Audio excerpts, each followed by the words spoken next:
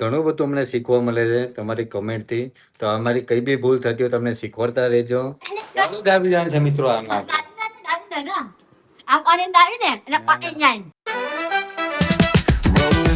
સો હે ગાઈસ, સ્વાગત છે તમારું આજના અમારા મસ્ત મજાના વ્લોગ વિડીયોમાં. અને છે ને વાગી ગયા છે 5:30 ને આપણે સાંજના 5:30 વાગે વ્લોગ શૂટ કરીએ છીએ. ને અમારા છાયા મેડમ જો રોટલા ને છીણે છે એમ મસ્ત મજાનો રોટલાનો ભૂકો કરી નાખ્યો એમ. તો આજે શું બનાવવાનો છે આ રોટલાને મસ્ત છીણીને?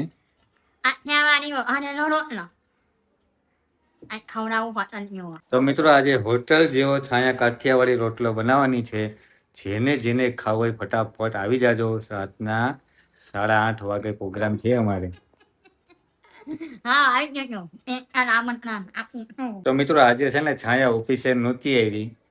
કેમ નહોતી આવી? જો દાંત તો જો કાઢે કેવી ખુશ થાય ને પાછી મને આજે પૂછે કાલ મારે આવવાનું છે.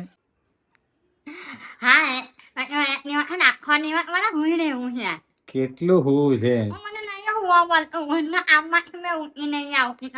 તો આજે તે રજા પાડીને શું શું કામ કર્યું? ચલો આજે મેં રજા પાડી તો મેં ઘરનું કામ કર્યું, પછી મેં તોફાના અવન બવન ધોયા, પછી અમે ગયા આ નવા છે.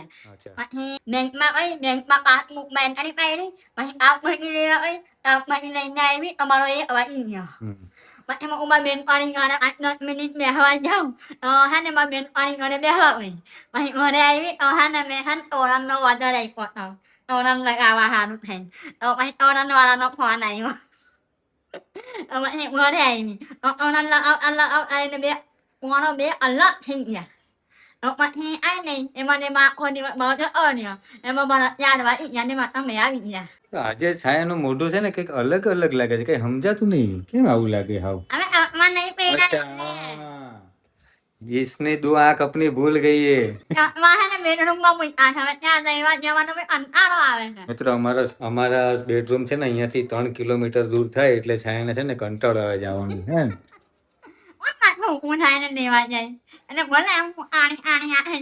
આળસુ નો પીર છે. જો અમે તોરણ લગાવ્યું આજે તમને બતાવીએ. જો લુક એટ ધીસ, કેવું મસ્ત લાગે છે હે ને? હે બધું મેં જ કરું? તમારે બી બતાવવાનું? લે વાળી મિત્રો બીજી બધી લાઈટ બંધ કરી ઉપર.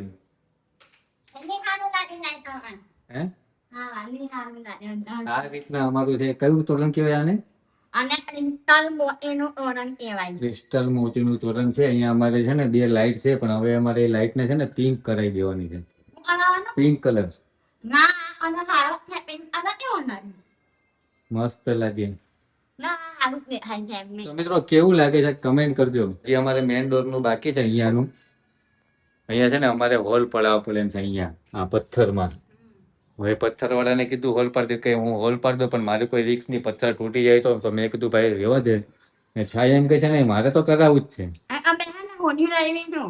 આપણા કોમેન્ટના ફ્લેટમાં રહે છે એ ભાઈને મેં કીધું છે કે આવીને આના પડી ગયા એટલે છે ને પછી પાડી ગયો ને પૈસા ખાઈ આપી દેવાના. એમ તો બે આના પાડવાના એના માટે કોઈ આવે નહીં, પણ મેં રિક્વેસ્ટ કરી છે બધું આવી જાય ને ભાઈ.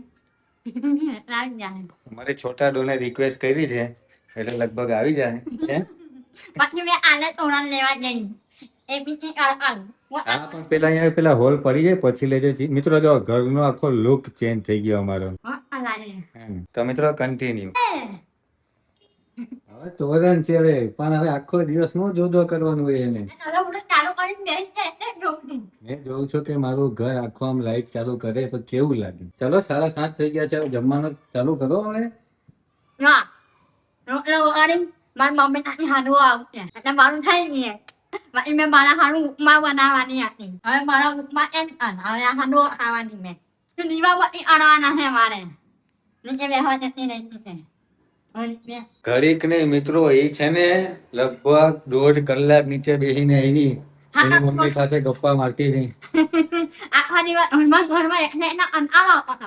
ઘડીક નીચે જાય બેસે ને થોડું એમ માઇન્ડ થોડું રિલેક્સ થાય, સારું લાગે. મેં નહોતો આવ્યો. તમે ક્યાં આવ્યા હતા? ચાલુ દાબી જાય છે મિત્રો આમાં. આમ કરીને દાવી ને એટલે પતી જાય પછી પછી વિડીયો બનાવી દેજો એના લીધે તો મારો વિડીયો ચાલે છે. પછી તમે વિડીયો બનાવજો ખાઈ જાઓ પછી કેમ થઈ જાય થઈ જાય મિત્રો ઈ. તો ચલો હવે છાણે દીવાબત્તી કરી લઈને પછી આપણે વઘારેલો રોટલો બનાવવાની રેસીપી આપીએ.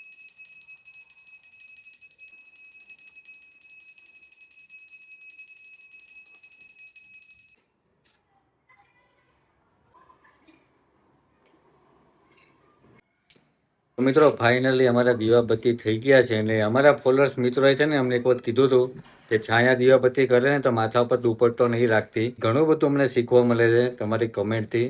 તો અમારી કઈ બી ભૂલ થતી હોય તમને શીખવાડતા રહેજો. બરાબર ને છોટા ડોન?